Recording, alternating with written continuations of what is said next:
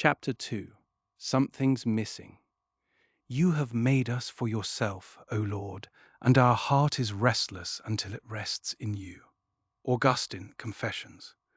There is a God-shaped vacuum in the heart of each person, which cannot be satisfied by any created thing, but only by God the Creator, made known through Jesus Christ. Blaise Pascal, Pensays. Middle school was better. That's not a high bar, I know, but it's true. We had youth groups through a local Baptist church, and I actually liked it. I made real friends during those years, the kind you remember. I joined the school band and picked up the saxophone, which I genuinely loved. There was something about being part of something larger than yourself, the band, the youth group, that eased that quiet ache I'd always carried. My mom showed up for every performance, every recital. She took pictures. Looking back now, those are some of my most treasured memories with her. She didn't always have it easy, but she showed up. That matters more than most people realize until they're grown. I stayed in band into high school, quit my junior year. I'll get to why. But first, high school is when things start to crack open, right? It's when you start asking the bigger questions.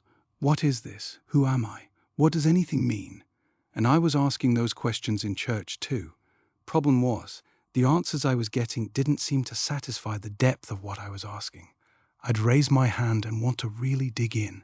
Why does God allow suffering?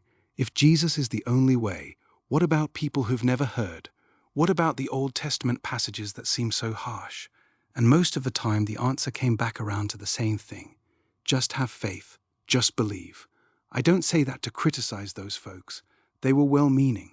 But something in me needed more than just believe. I wasn't trying to be difficult. I genuinely wanted to know. I always had this deep desire to actually know God, not just know about Him. There's a difference, a big one. I was also, if I'm honest, a little cynical. I could see the gap between what people professed and how they lived. Not everyone, but enough to make a teenager wonder if the whole thing was just social performance. And when the thing you're looking for looks like performance, you go looking somewhere else. I went looking in music. Music has always been my language. It goes right to wherever the real part of me lives. In the 90s, I was a grunge kid through and through.